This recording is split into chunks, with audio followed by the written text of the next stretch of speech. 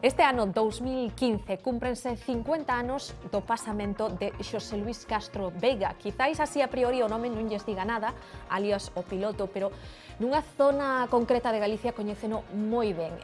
Da súa figura, da figura do último guerrilleiro morto en combate en todo o país, que deso hai nada, podemos decir, dentro do punto de vista histórico, acaba de escribir un libro, Afonso Eiré, que é xornalista, ademais nado en Chantada, unha zona onde actuaba moito, se non me equivoco, a guerrilla galega.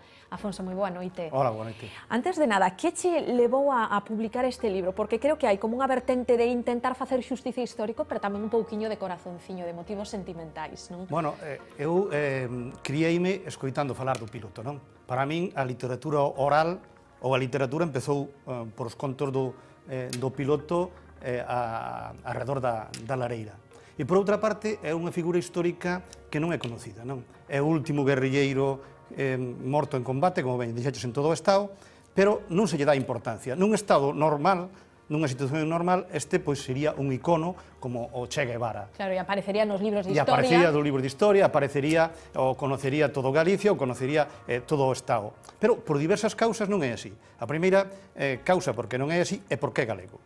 A segunda causa porque non é así é que il contradí as directrices do Partido Comunista e teima en seguir a loita armada. Claro, foi, despois veremos, moi rebelde nese aspecto. Efectivamente. E claro, por eso non ten que nos reivindique, non tuvo, por así dicirlo, quen lle escribira, non? Claro, hasta porque agora. sí que outros maquis non galegos tuveron moitísima máis repercusión nas páxinas dos manuais, nos recoñecementos e homenaxes. Pero hai que dir, por exemplo, en conta que o PCE, Santiago Carrillo, en 1975, di dunha entrevista que o PC non apoiou a guerrilla e que il estuvo en contra sempre da guerrilla, non? É unha negación dos feitos que sucederon. E nesta negación, pois está a negación tamén da propia historia, porque hai que ter en conta unha cousa. A guerrilla galega foi a primeira en organizarse en todo o Estado e a última en sucumbir. Que iso non se pon tampouco de manifesto. Claro. Digo, autoorganizarse, porque non foi o PCE quen organiza a guerrilla galega. O PCE funda o exército guerrilleiro galego 4 anos despois de autoorganizarse a guerrilla. E a guerrilla galega era plural. Había xente do PC, había xente anarquista, había xente galeguista e había xente que non tiña adscripción política. E despois, por os avatares da historia que se contan bastante ben do libro, pois o PC toma esa dirección da guerrilla. E no 1948 decide que se acaba a guerrilla. E hai moitos guerrilleiros que deciden seguir. Por que el quixo seguir con esa loita ata o final dos seus días? Porque a xente o necesitaba. Digamos, a xente necesitaba porque o piloto, aínda que non fixera, porque a guerrilla non facía enfrentamentos directos, porque sempre tiña as de perder, tiña outras tácticas. Que o piloto existira, pois era como que existise ali en Chantada a Virxen do Faro. A xente chamábase a Virxen do Faro, ou chamase a Virxen do Faro, e a xente seguíase chamando ao piloto. E se había un guardia, como toca madera, que facía unha falcatruada, pois a xente dicía, se estuvera aí que o piloto, era un... Para infundirlle respeto e medo. E un dos feitos que facía a guerrilla daqueles anos era meterlle aos guardias civiles dos cuarteles panfletos, dicirlle, non timos nada contra vos, pero se algún as fai, e se mete coa nosa xente, as vai pagar, non? E este foi un dos papeles do piloto, pero non quedou aí, porque a xente di, bueno, que facía? Pois, por exemplo, do 1962, cando matan a Xulián Grimao, pois fai toda unha campaña por todo Galicia chamando a unha folga xeral política.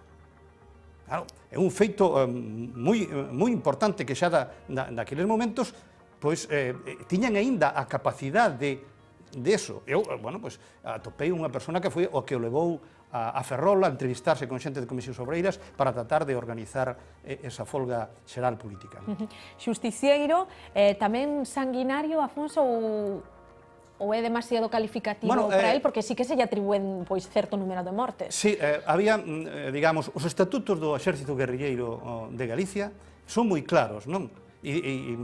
E non se tomaban, digamos, ninguna morte sin que houbera un tribunal e sin que se xudgara, aunque fora un guerrilleiro por facer, por exemplo, por unha violación. Pois xudgabas o guerrilleiro e se executaba. Pero se unha persona facía algo e tiña que ser moi grave, sería delacións, etc., para que axusticiaran eso. Por exemplo, falase de que tiña teima contra os curas.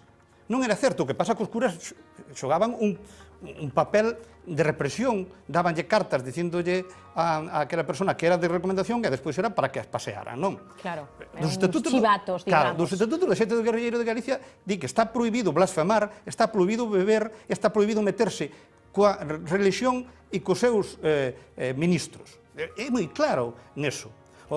É como cando as expropiacións en lenguaxe da guerrilla, non?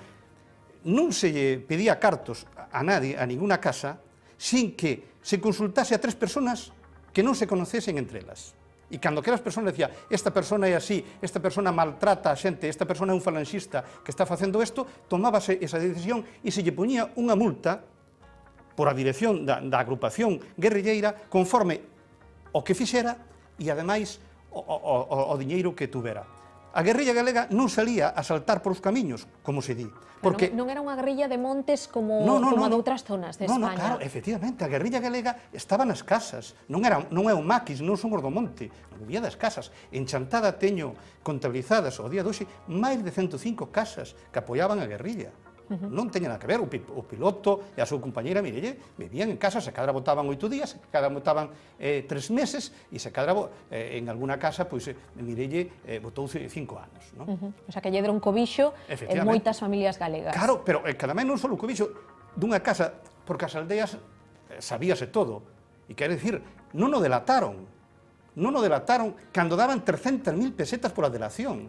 Por exemplo, no ano 51, a persona que delatou a xente da segunda agrupación, a dirección da segunda agrupación, e que matan en Chavaga a 4 personas, pagaronlle en 1951 50.000 pesetas, o que era daquelas, para que se vexa como xogaba o poder. E claro, o piloto tamén hai unha cousa que hai que ter clara. Cando o piloto sigue facendo da guerrilla, sacando panfletos, facendo, digamos, expropiacións, etc., o franquismo está celebrando os 50 ou 25 anos de paz. E claro, en Radio Pirinaica, na BBC ou en Uruguai, o piloto sigue mandando comunicados. E claro, é unha distorsión tal que, por exemplo, Camilo Alonso Vega, o que foi ministro do Exército, isto non pode ser. Depois hai outro dato moi importante, que o que manda daquelas en interior é de Chantada, tamén. José Luis Taboada, o señor de Cartelos. Claro, e operaba na zona dil, non? Danse moitas coincidencias, como que daqueles anos se fai o salto de Belesar e o salto do Peares, e que ali hai presos políticos. Moitos deses presos políticos estuveron con Xosé Luis Castro Veiga en Carabanchel. Te iba a preguntar, Afonso, perdona que se interrumpa, por esa presa de Belesar, porque están en pleno proceso de construcción, e que serviu tamén como de parapeto para o piloto, non? Creo entender. Claro. El se camuflaba ali como traballador das obras. E andaba con mono de dragados por Chantada adiante. Hai que ver que naquiles 5 anos por Chantada pasaron máis de 10.000 personas estranxeiras. Isto era moi fácil. Pero que, ademais, máis de 500 personas eran presos políticos. Moitos deles do PC, cos que tuvo conocimento o piloto, non? E, ademais, unha dos papeles que facía o piloto, que facía a guerrilla, que ademais fixo cursos, era aprender a facer reclamacións contra as expropiacións para que lle pagara máis os veciños. Esta foi unha das tarefas máis importantes. Algúnas veces amenazando tamén a xueces, Eso tamén era así. Eles o que dicían é que, bueno, fun falar co xuiz, etc. Non, bueno, pois claro que iba a falar, pero... Por que, Afonso, a acción da guerrilla antifranquista galega se centrou, sobre todo, nesas provincias de Lugo e Ourense, polo feito... Digamos, tamén houbo en todas as provincias. O que pasa é que a agrupación guerrilleira, a cuarta, que era unha agrupación moi importante, que operaba na provincia de Coruña, pero sobre todo cara ao norte, pois caeu, tuvo unha caída, e moitos dos documentos que marexan os historiadores, pois proveñen da caída do módulo número 1 que é un eume, non? E por eso hai distorsión, parece que cando se acaba a agrupación cuarta, que se acaba a guerrilla, non, pero a segunda e a terceira agrupación siguen funcionando. E siguen funcionando, entre outras cosas, porque aí se une moita xente que escapa das minas de wolframio, moita xente que escapa de Asturias e que son exmilitares e que tiñan, como lle pasa ao piloto, unha gran capacidade como soldados, como combatentes, non? E iso tamén ten moita importancia. A segunda importancia é que a zona de Chantada a guerrilla declara zona neutral. Quere dicir, aquela zona non se pode queimar, a un tempo non se poden facer en lenguaxe da Guardia Civil atracos, nin malleiras, nin nada, non? E iso, ao declarar zona neutral, cando a guerrilla se retira, sobre todo o piloto cara ali, pois estaba virgen.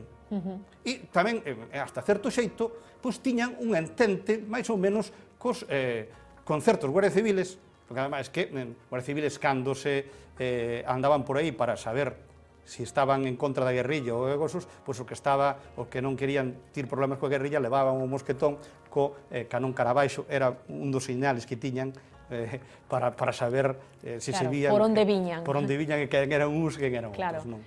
Dice que había escenas prácticamente tomadas do Far West entre pistoleiros. Sí.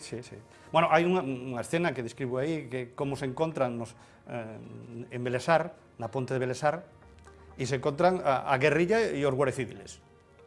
E uns iban cara a Chantada e outros iban cara ao outro lado, cara a Esqueirón, seguramente a cantina dos guardias civiles.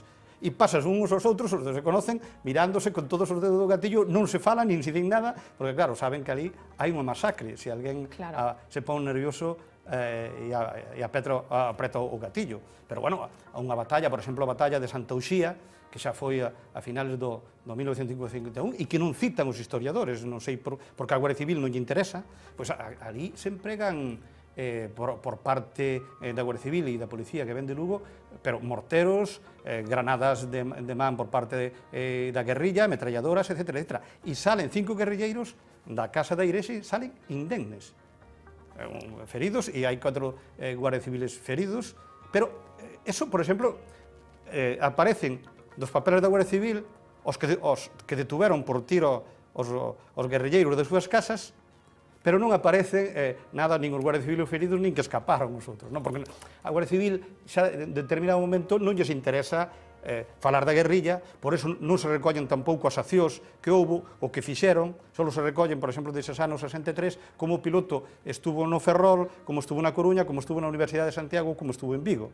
Pero non lles interesa darlle publicidade, claro, á guerrilla, lóxicamente. E é verdad que o piloto era unha especie de Robin Hood que lle roubaba aos ricos para darlle os máis pobres, ou eso é mito, lenda? Non é lenda. Mira, cando estaba xa acabando o libro, tiña feito o guión do documental, pois me chama unha persona desde Barcelona. Xosé, di, mira, eu son Xosé, sei que estás facendo isto, eu tiña 6 anos, o día antes de matar ao piloto, iba eu coas cabras e coas ovellas, moi cedo, en Ferreira de Pantón, en Areas, e veu un señor e tal, que levaba un traxe de coiro, unha metralleta, e deume 500 pesetas para que lle dera ao meu pai para que me comprara roupa. E ese era o piloto, dixo, usted está seguro? Dixo, como non vou estar? Os pobres que éramos os que nos valeron esas 500 pesetas, pero que ademais viu no meu pai e a miña mestre, e sabe da casa que se quedou, e sabe que era o piloto. Eu eso non o esquezo, non? E depois a guerrilla tiña outra cousa, que era a xente que detiñan, ou a xente que mataran ou tal, a guerrilla pois axudaba esa xente, porque moitas veces quedaban viúvas, fillos, etc., e axudaban con cartos. Ou outra cosa que facía era a xente irlle rozar os toxos, irlle cortar a leña, para que esas mulleres que quedaban con meniños sufriran o menos posible. Bueno, unha historia do piloto apasionante que remata abruptamente nese ano 65 cuns tiros da Garda Civil mentre ele estaba comendo nunha pena. Así de triste foi o final da figura do piloto, que por certo se chama así porque estudiou aviación, se non me equivoco, fixo algo así. Foi cabo de aviación, estuvo en 4 eventos. É moi bonito, ademais, porque lle deu como un rapaz da aldea escolle a aviación para ir voluntario, non? Bueno, Eso pues conto do libro. se queren saber máis detalles desta historia inabarcable en 15 minutiños, lean ese libro sobre o piloto escrito polo xornalista chantadino Afonso Eiré. Moitísimas gracias por estar esta noite Foi con un placer nós. estar contigo. Igualmente, nos marchamos, quedan con Vía V. Xa saben, esta noite, entrevista ao alcalde de funcións de Ourense, Agustín Fernández. Ata mañá.